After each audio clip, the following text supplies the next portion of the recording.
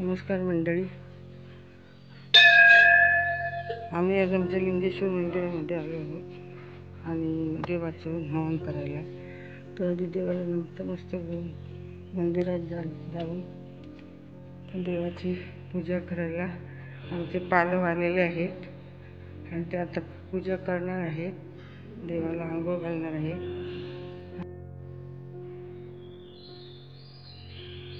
आम्ही लिंगेश्वराच्या मंदिरात, मोदेगावचं लिंगेश्वर मंदिर आमची ग्रामदेवता, तिथे आम्ही देवाचं हवन करायला आलेलो आहोत. हवन म्हणजे काय, थोडक्यात देवाला आंघोळ घालणे आणि देवाची पूजा करणे, त्याला हवन म्हणतात. लिंगेश्वराचं मंदिर आहे, तिथे बाजूला वरती रवळनाथाचं मंदिर आहे, ब्राह्मण देव आहे, भराडी माता आहे.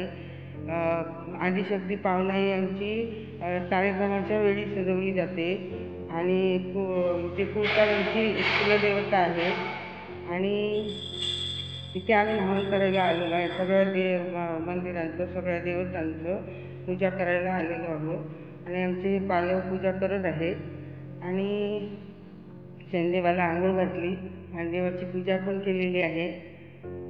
आता ते इथे नंदीकडे येत आहेत पूजा करायला.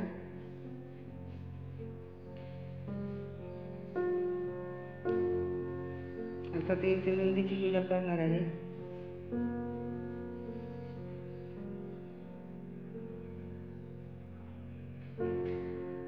नंदीला पण आंघोळ घालतायत.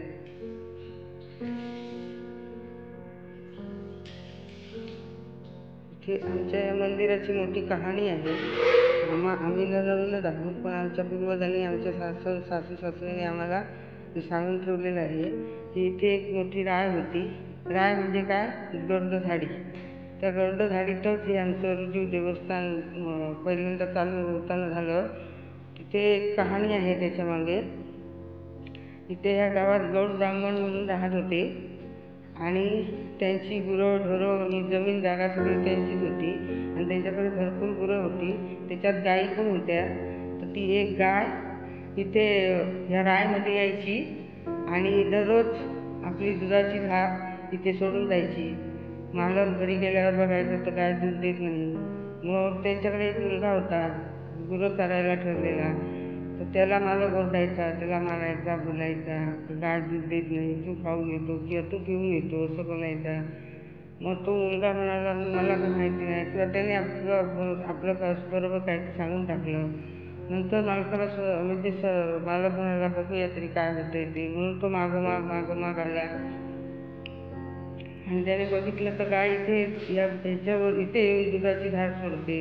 म्हणून त्याला राग आला. त्याने कोयता घेतला आणि सरळ कोयत्याने वार केला. तिथे एक खाप पडलेला आहे, तिथे लिंगेश्वराच्या पिंडीवर. त्या कोयत्याची खून तशीच्या तशी आहे आणि त्याच्यावर आता ते बाहेर दिसत नाही, पण त्याच्यावर एक हे करून घेतलेलं आहे, टोपी. तर ती वापरली जाते आणि अशी या लिंगेश्वराची कहाणी आहे. आणि तो गुराखी होताना तर ब्राह्मण इथून नाहीसे झाले, ते गेले या गाव सोडून आणि जो गुराखी होता मुलगा तो ज्या गावाचा मालक झाला आणि त्याचंच रूपांतर त्या पालव घराण्यात झालं आणि पूर्ण पालवांचा गाव झाला, अशी या देवाची ख्याती आहे. याने या देवानेच आमचे एकाचे 21 केलेले आहे आणि सर्वांना सुख समाधान देऊन हा गाव तेव्हापासून सुख समाधानात नांदत आहे. सर्व गावकरी सुद्धा इथे येतात प्रेमाने, आनंदाने, सगळे गुण्या गोविंदाने इथले सगळे कार्यक्रम, महाशिवरात्र असेल, वर्धापन दिन असेल, जे जे देवाचे हे असतात ते सगळं आनंदाने येऊन गुण्या गोविंदाने करत असतात. आणि आम्हाला समजा पालवांना सुट्टी सोयर असला तर आमच्या गावात भाचेसुद्धा आहेत. ते भाच्यांना मान दिला जातो त्या दिवशीचा. बागडी आहेत, पाताडे आहेत, माळकर आहेत, ढोल आहेत, असे भाचे आहेत. तर ते भाचेसुद्धा सगळे मिळून मिसळून असतात. इथं देवाची कामाला हातभार लावतात. सगळे आनंदाने उत्स्फूर्तपणे सगळे साथ देत असतात इथल्या कार्यक्रमांना आणि देवाची पण सेवा करतात. तर धन्यवाद. हे पालव आता सगळे पालवताची वगैरे पूजा करून झालेली आहे आणि ह्यांचं नाव आहे सीताराम पालव, त्यांना अनिल पालव म्हणतात. आता त्याचं पूजा करून विकली झालेली आहे. मग आम्ही आता दुसऱ्या ब्राह्मण मंदिरामध्ये जाणार आहोत. तर मी तिथे तुम्हाला दाखवते, तिथे पूजा करता येते.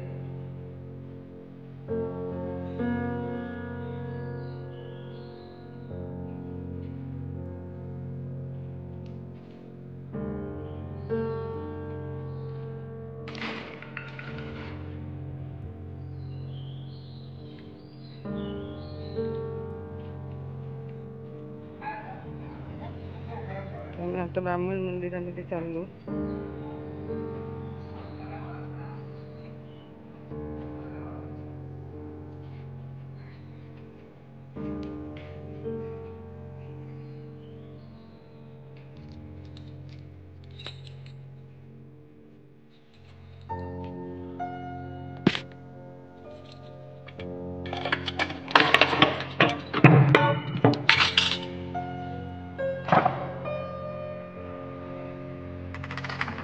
हे ब्राह्मण मंदिर आहे.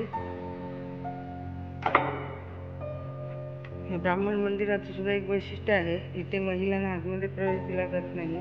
महिला इथे आतमध्ये जात नसतात. पुढे गेले ते पूजा करून घेतात.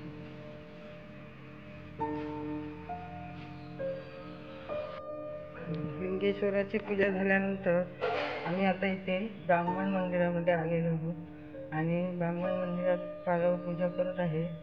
ब्राह्मण मंदिर देव ईश्वर एकच आहेत आणि त्याची अनेक रूपं आहेत.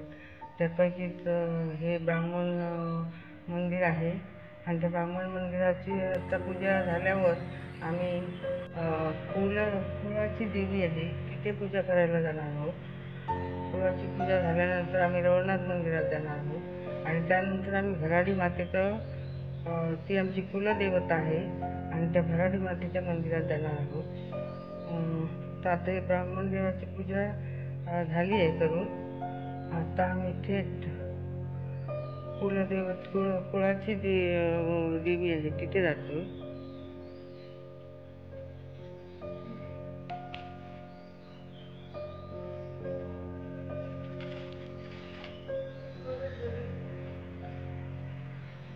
आता इथे पादुकांचं पूजन करत आहे.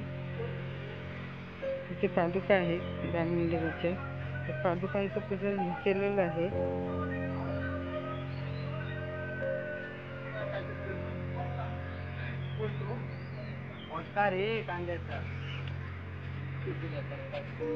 लिंगेश्वर मंदिराच्या समोर ब्राह्मण देवाच्या समोर इथे तुळशी माता आहे. तुळशी मातेची सुद्धा पूजा करणार आहोत. पूजा करता येते.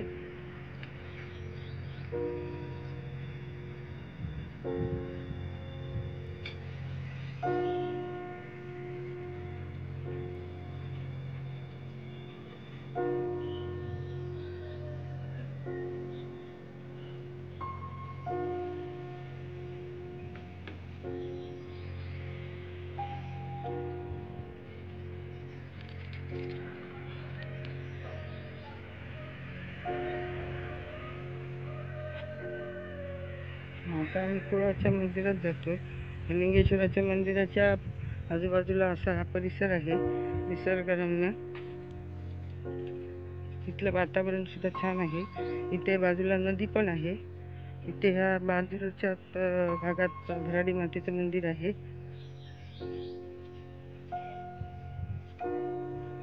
हा सभा मंडप आहे. स्टेज आहे. इथे आम्ही कार्यक्रमाचं जेवण पण करतो. इथे नाटक महिलांचे किंवा मुलांचे कार्यक्रम असतील, सांस्कृतिक कार्यक्रम तर पण करतो. ही आमची दीपमाळी आहे.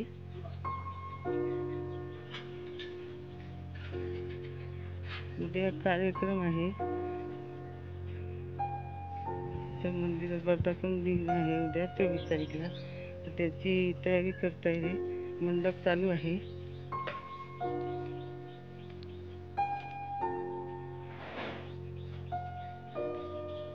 आता चाललेली आहे तिकडे कुळाच्या मंदिराकडे.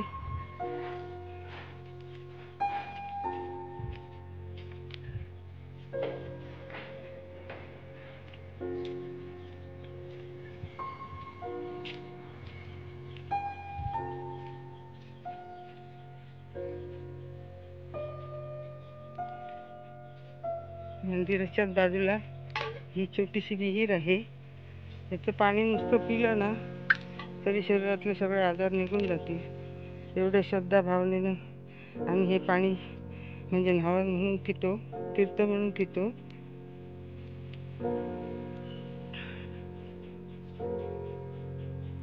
ही कुळाची देवी आहे, तिचं मंदिर आहे.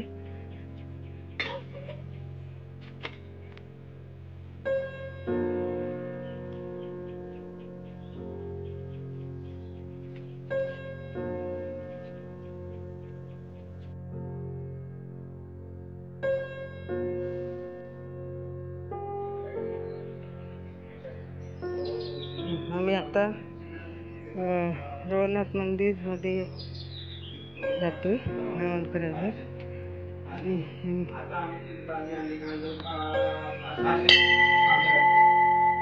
हे रवनाथ मंदिर आहे. रवनाथ मंदिरात मस्त बघून आम्ही रवनाथ मंदिरात आलो. पालन आता पूजा करणार आहेत. उद्या 24 तारीख आहे मेची आणि उद्या आमच्या मंदिरामध्ये वर्धापन दिन उत्सव साजरा होणार आहे. त्यासाठी पालखी तरंग सजवलेले आहेत. ही पालखी आहे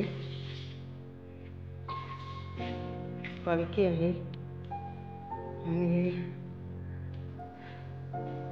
तीनही देवाचे तरंग आहेत. एक मेळेकराचा, एक मेळेकर आहे, मध्येच आहे ते मेळेकर.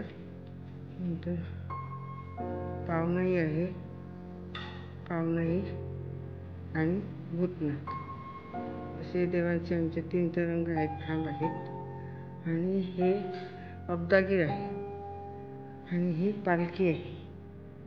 आणि लिंगेश्वर देवाचा हे मुखवटा आहे आणि त्याला टोप घातलेला आहे.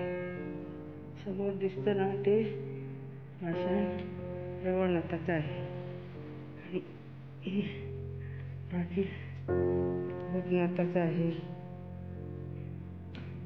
सगळी पाषाण येथे आहेत. हे अब्दागीर आहे आणि पालक आता पूजा करत आहेत.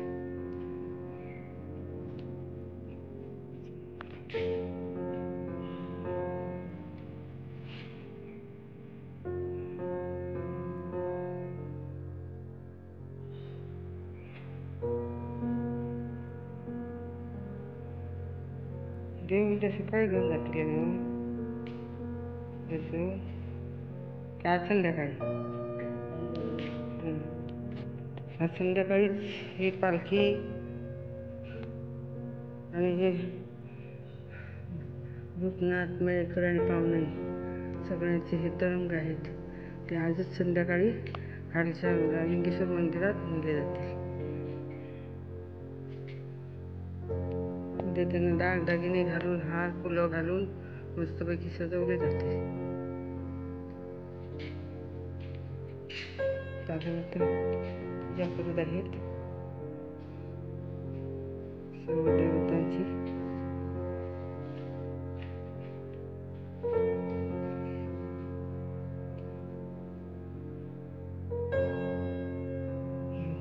रवळनाथ आणि लिंगेश्वर एकच आहे.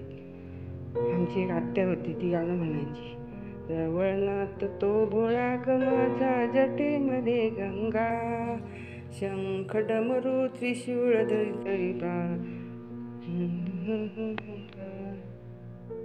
असं गाणं म्हणायची. ईश्वर एकच आहेत, त्याची रूप अनंत आहेत. अनेक रूपात अनेक युगात त्यांनी रूप घेऊन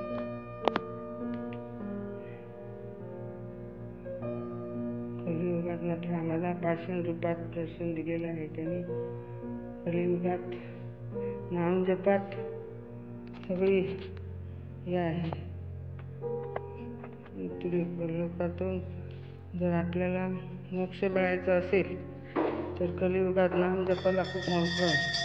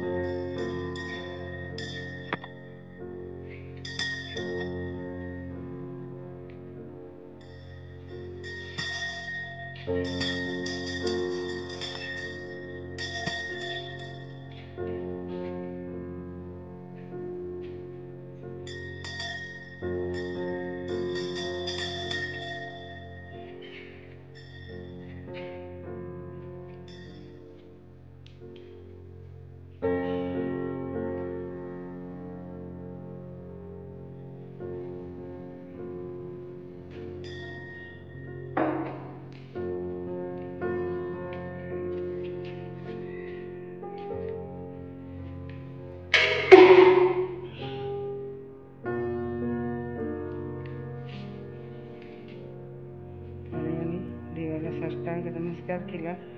पूजा संपन्न झाली. आता आम्ही भराडी देवीच्या मंदिरात जाणार आहोत.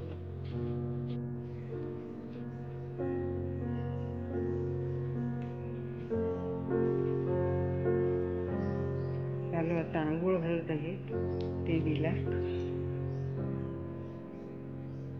घातल्यानंतर इथे सर्व देवता सुद्धा आहेत, त्यांना पण आंघोळ घालता येते.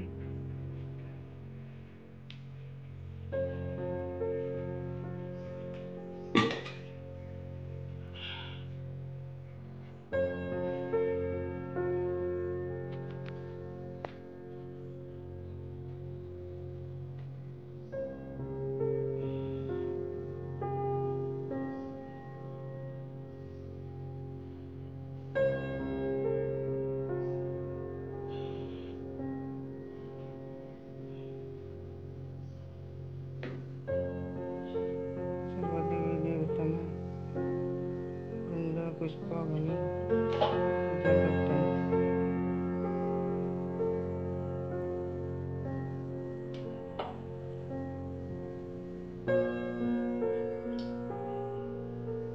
भराडी देवी आमची कुलदेवता आहे पालव्यांची. मी इथं नामस्मरण केलं दिवसातून 21 वेळा तरी तुमचं सगळं मनातल्या इच्छा मनोकामना पूर्ण होतात. कुलदेवता प्रत्येक वेळी आपल्या कार्यात म्हणा प्रत्येक ठिकाणी आपल्याला सामील पाहिजे आणि ती प्रसन्न असली तरच आपली सगळं कार्य निर्विघ्नपणे पार पडत असतं. म्हणून आपण कुलदेवतेची निदान 21 वेळा तरी दिवसातून नामजप केला पाहिजे आणि त्यामुळे ती प्रसन्न राहील आणि सर्वांचं कल्याण करेल ही तिच्या चरणी प्रार्थना आहे.